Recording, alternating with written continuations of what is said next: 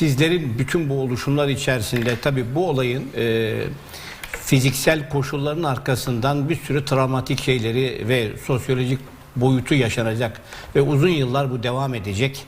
Bu gözle baktığımızda siz neler söylemek istersiniz hocam? Öncelikle bütün ülkemize, insanlarımıza başsağlığı dilemek istiyorum.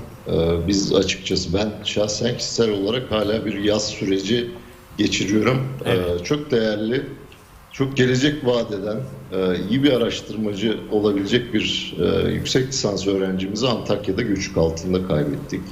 Eşimin ailesinden kuzeni kaybettik.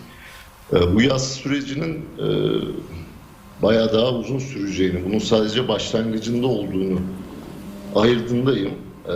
Öte yandan 99 depremini 20'li yaşlarında yaşamış olan benim kuşağım için bu bir fasit daire.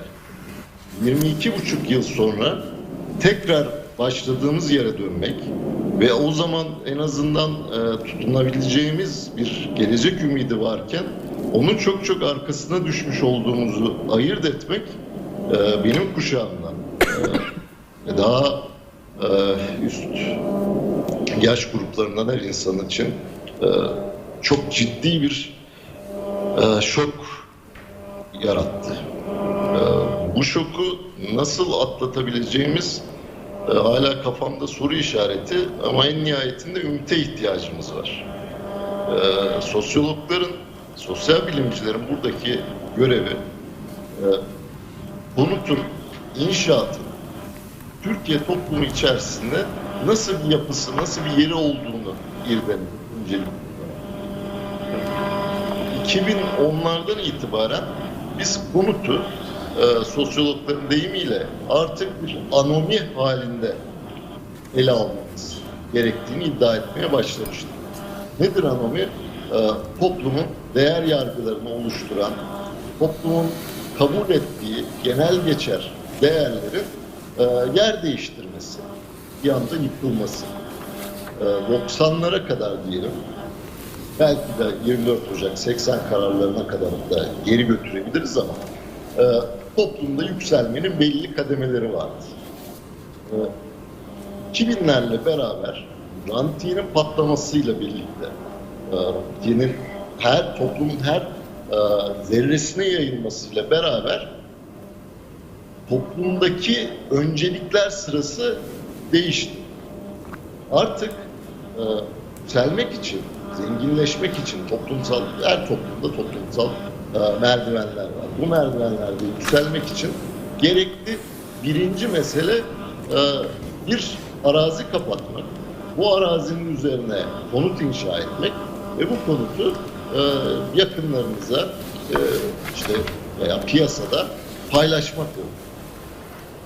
Türkiye açısından benim gördüğüm acilen yeniden düşünmeye insan çağırma şevkine sahip olduğum şey şu.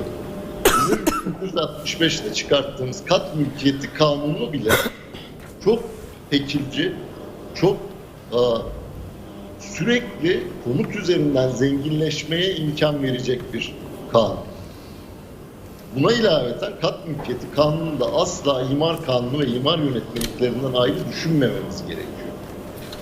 Dünyanın çok büyük bir kısmından farklı olarak Türkiye'de biz bir binanın içerisindeki tekil bir daireyi tek başına alınıp satılabilecek bir meta olarak görüyoruz.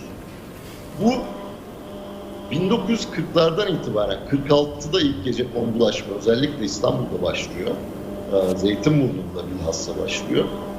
İlk gecekondulaşmadan itibaren bizim bugün merkez sağ olarak tanıdığımız siyasi hareketin gerçekten merkeze yerleşmesini ve bir yandan da zenginleşmesini sağladı. Evet, çok geniş, gecekonduda yaşayan çok geniş halk kesimleri 10 yıllar içerisinde yavaş yavaş, sessizce bu servetten pay almaya başladılar. Bunu nasıl izah edebiliriz? En basitinden İstanbul'un konut stoğunun daha 1990'ların ortalarında bile %35-40'ı gecekonduyken bugün hiç gecekondu kalmadı.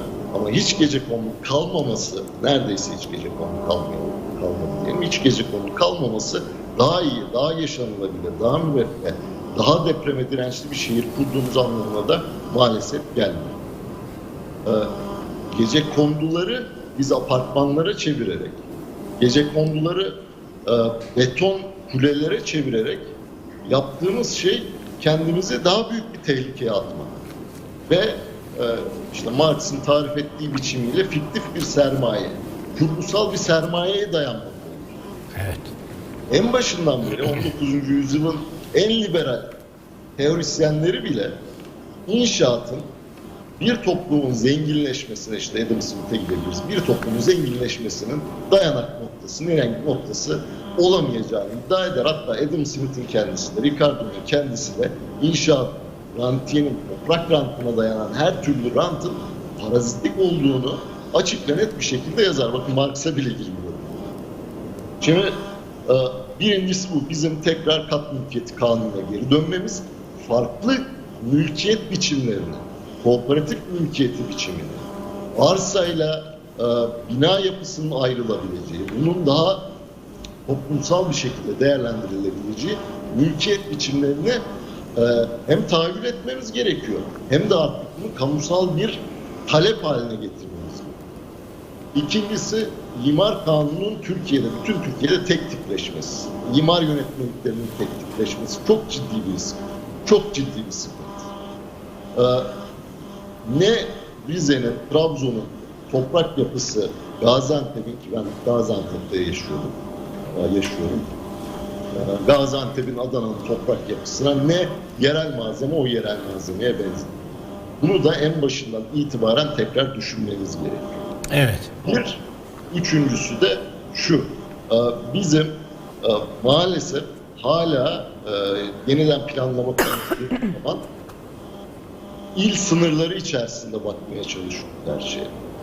Nasıl ki İstanbul sadece İstanbul il sınırlarından ibaret değilse, Kocaeli'ni de, Bursa'yı da, Tekirdağ'da bütüncül bir şekilde ele almamız gerekiyorsa, bakın Gaziantep şehir merkeziyle Kilis şehir merkezi arasındaki mesafe 40 dakikadır. Gaziantep şehir merkeziyle Kahramanmaraş şehir merkezi arasındaki mesafe 45 dakikadır. Osmaniye ile Gaziantep arası 1 saattir. Bunu İstanbul'da yaşayanlar çok iyi anlar. Aslında bahsettiğimiz şey devasa bir metropolitan bölgeydi. Evet. Evet. Bu metropolitan bölgenin kamuya açık bir şekilde, bütün paydaşlara açık bir şekilde yeniden tasarlanması gerekiyor, hala gerekiyor. Evet, tam da oraya gelecektim hocam. Tekrar döneceğim size. Şimdi ben yani her türlü aktivite, TOKİ'nin konut yapması bu işi her boyutuyla çözecek mi hocam? TOKİ çift rol oynadı aslında. Önce nasıl ortaya çıktığına bakalım TOKİ'nin. TOKİ bilhassa Turgut Özal'ın 24 Ocak'tan sonra 12 Eylül'ün siyasi olarak kurduğu yeni neoliberal Türkiye ekonomi politikasının bir direklerinden bir tanesiydi. Şimdi bir tane direği, ama TOKİ'nin en baştan beri dediğim gibi bir çift rolü vardı. Türkiye'de maalesef 1940'lar, 50'ler, 60'lara kadar ciddi bir konut politikası olmadı. Ve 80'lere, 90'lara geldiğimiz zaman ülkemizin nüfusunun büyük şehirlerde özellikle %50'den 60'tan fazlası gecekondularda yaşıyordu. Ve bu gecekondular bugün bizim gördüğümüz, bildiğimiz gecekondulardan çok daha düşük yaşam standartlarına sahipti. 90'lar boyunca TOKİ'nin işlevi tıpkı bir zamanlar Menderes'in Emlak Bankası ile yaptığı, emlak konutlarıyla yaptığı gibi orta sınıflara, işte Ataşehir Ataşehir TOKİ'nin ve Emlak Bankası'nın beraber geliştirdiğiydi. Bakırköy'de ise Menderes'in politikaları sonucunda kurulan bildiğimiz toplu konut projeleri vardı. TOKİ bunu biraz daha merkezileştirerek, biraz daha hızlandırarak yapmaya çalıştı. Ama 90'larda işte dediğim gibi en başarılı olduğu örnek Emlak Bankası ile beraber, Emlak Konut'la beraber bugünkü adıyla Ataşehir'de. Şimdi 2002-3 Kasım'ından sonra TOKİ'yi doğrudan Başbakanlığa bağlayarak elinde başka diğer kurumlardan, devlet kurumlarından, bilhassa o zamanki adıyla Bayındırlık İskan Bakanlığı'na benzemeyen çok daha hızlı hareket edebilen bir mekanizma bulmuş oldu Erdoğan hükümeti. Bu mekanizmanın evet bir yandan TOKİ'nin geçmişten getirdiği bir birikimi var. Merkezi bir mühendislik, kısmen de tasarım birimi. Ama esas yaptığı iş TOKİ'nin mühendisliktir ve kontrollüktür. TOKİ'nin 2000'ler boyunca İstanbul'a çok büyük bir katkısı yok. İstanbul'a şu yönden müdahalesi oldu TOKİ'nin. İstanbul niye önce İstanbul'dan başladım? Çünkü Türkiye'de 2000'ler boyunca, 2010'larda üretilen işte iskanlı ya da finans piyasasına entegre olmuş her 10 konuttan 2,5 ya da 3 tanesi İstanbul'da üretiliyordu. Hala da aynı miktarı söz konusu olduğunu söyleyebiliriz. TOKİ İstanbul'da sosyal konut yapacağım dedi. Kayabaşı gibi çok büyük ölçekli ama aslında pastanın hepsine baktığınız zaman çok küçük kalan bir örnek dışında sosyal konutta değil, bunu bir nevi taşerona havale ederek emlak konutla beraber işte Ataşehir'in eksik kalan kısımları, şimdiki finans kent gelişmeleri, Avrupa yakasında Temin kıyısında yapılan bir yığın, bu tabii Esenyurt'a, Büyükçekmece'ye kadar da uzandı, bir yığın büyük konut gelişmesine imza attı ama bunların hiçbiri sosyal konut değildi.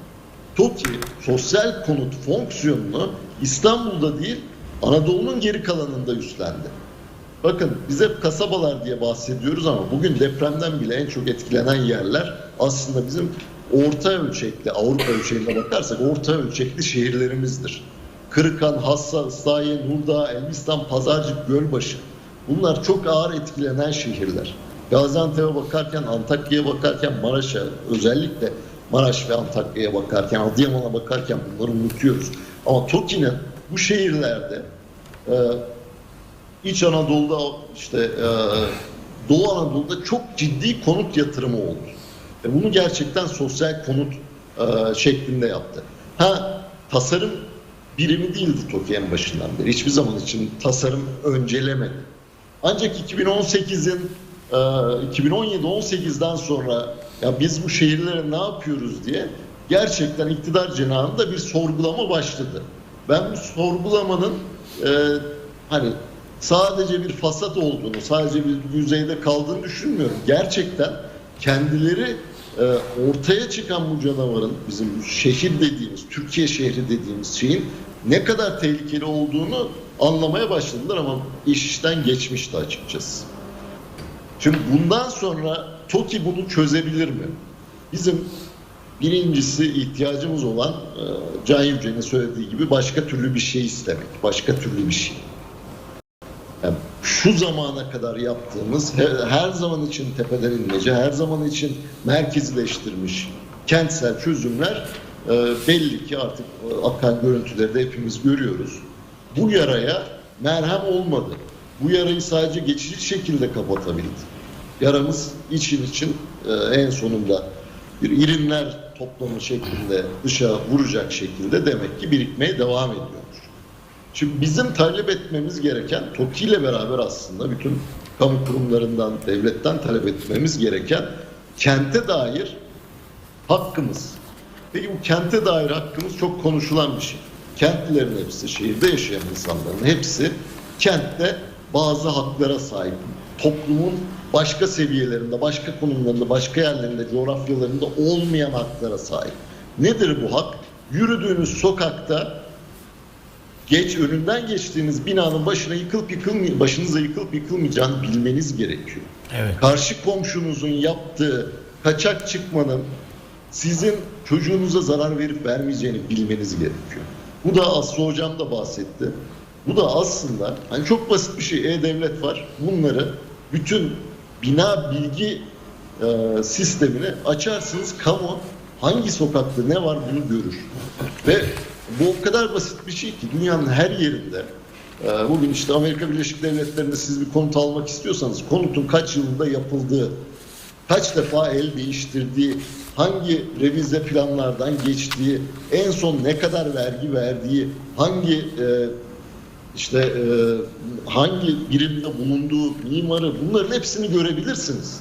Biz neden bundan mahrum olalım? Şu anda şans eseri, ben Gaziantep'te evim var ama Ankara'dayım şu anda depremden dolayı. Şans eseri ilk defa neyi görmeye başladık? Sokaklarda hasar tespitlerini görebiliyoruz. Evet. Ancak bunun sadece bu deprem anına özgü olmaması gerekiyor. Her zaman için bizim o yapıyı kim tasarladı, müellifi kim?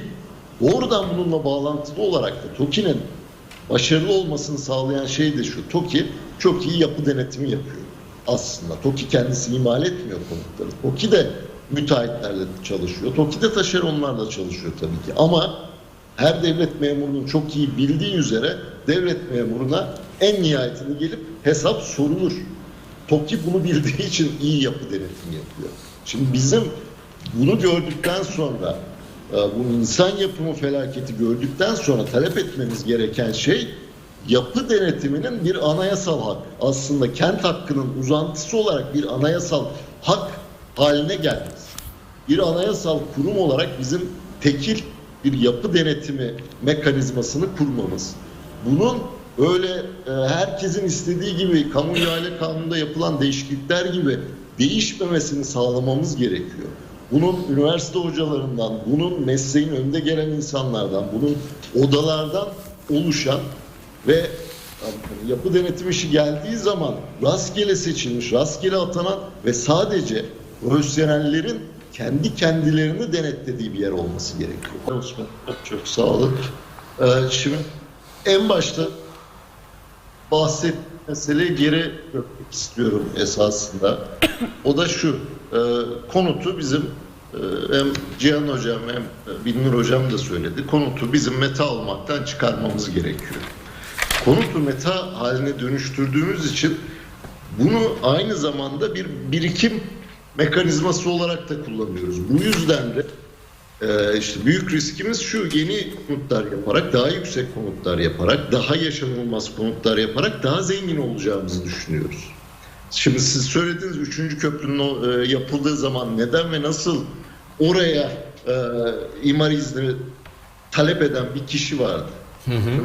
Ben doktora tezimi İstanbul üzerine yazdım. İstanbul'un dört bir köşesinde bütün mahalleler o zamanlar çok ciddi bir muhalefet olmasına rağmen bile çok büyük bir hevesle kentsel dönüşümün gelmesini bekliyorlardı. Evet. Çünkü bu ana kadar %25-30 gibi arsa payı varken 2000'lerin başı 2005'te beraber %50-60'a çıktı arsa payı. Evet. Çünkü İstanbul'da bu bahsettiği kentsel büyümenin, konutu metalaştırmanın 4 tane büyük aktörü vardı. Bir tanesi devlet tabii ki. TOKİ ve emlak konutu olarak, daha sonra ona Kiptaş da eklendi. Diğeri kooperatiflerdi. 2000'lerin başına kadar kooperatifler çok etkin rol oynuyordu İstanbul'da konut inşaatında. Üçüncüsü yapsatçılar, klasik Karadenizli müteahhitler dediğimiz. Evet. Bunun kompozisyonu da değişti. Dördüncüsü de gecekonducular aslında. Kendi binasını kendi yapmaya çalışan en küçük kısım. 2000'lerle beraber hem kooperatifler ortadan kayboldu hem de küçük inşaat ortadan kayboldu. Geriye yapsatçılarla devlet kaldı. Ve devletle yapsatçılar çok ciddi bir ittifak içerisinde İstanbul'u dönüştürdüler. 2013-14 yılında benim doktora tezim bittiğinde İstanbul'da 4,5-5 milyon civarında konut olduğunu saymıştım. Bu 4,5-5 milyon konutun 1 milyonu 2002 yılından 2013-14 yılına kadar inşa edilmişti. Bunun üzerine 1 milyonla 1,2 milyon civarında da 2013-14'ten bu yana son 10 senede inşa edildi. Yani İstanbul'da kabaca 6 milyon konut var. Bunların %40'ı son 20 senede inşa edilmiş konutlar. Sorun, mesela en iyi kentsel dönüşümü yapan yer neresi? Bağdat Caddesi etrafı. Bağdat Caddesi'nde 1999-2000 öncesi yapılan bütün yapılar hemen hemen yıkıldı ve yerlerine çok daha lüks, çok daha pahalı, çok daha sorarsanız yoğun ve çirkin yapılar inşa edildi. Şimdi tabii ona kentsel dönüşüm denirse. Evet. Evet. Asbest soludular insanlar, Evet. o güzel binaları. Geriye şeyi bıraktık. Yani Anadolu yakasında E5'in kuzeyi kaldı. E5'in kuzeyinde kentsel dönüşüm yok. Evet. Maltepe merkez, Pendik merkezde kentsel dönüşüm yok. Çünkü biz sürekli oradan gelecek karlılık çok daha düşük. Avrupa yakasında Temin kıyısını bıraktığınız zaman işte Bağcılar, Esenler'e baktığınızda, Ok Meydanı'na baktığınızda bu binaların sağlamlıkla, Zeytinburnu'na baktığınızda bu binaların sağlamlığı ne kadar güvenilebilir? Ben açıkça şunu söyleyeyim, daha evvel de ifade etmiştim. Evet. Şimdi hocam saatte gözüm, son cümlenizi alalım. Evet. Bunun içine radikalliği de koyalım. Her ne kadar kullanmak istemesek de. Evet, buyurun hocam. Devleti kente çağırmamız gerekiyor. Devletten bunu çağırdığımız zaman kentteki hakkımızı talep etmemiz gerekiyor. Bu kentteki hakkımız yaşanabilir konut, güvenilebilir konut, dirençli şehir ve daha insani bir şehirdir diye bitireyim. Teşekkür ederim. Ben teşekkür ederim.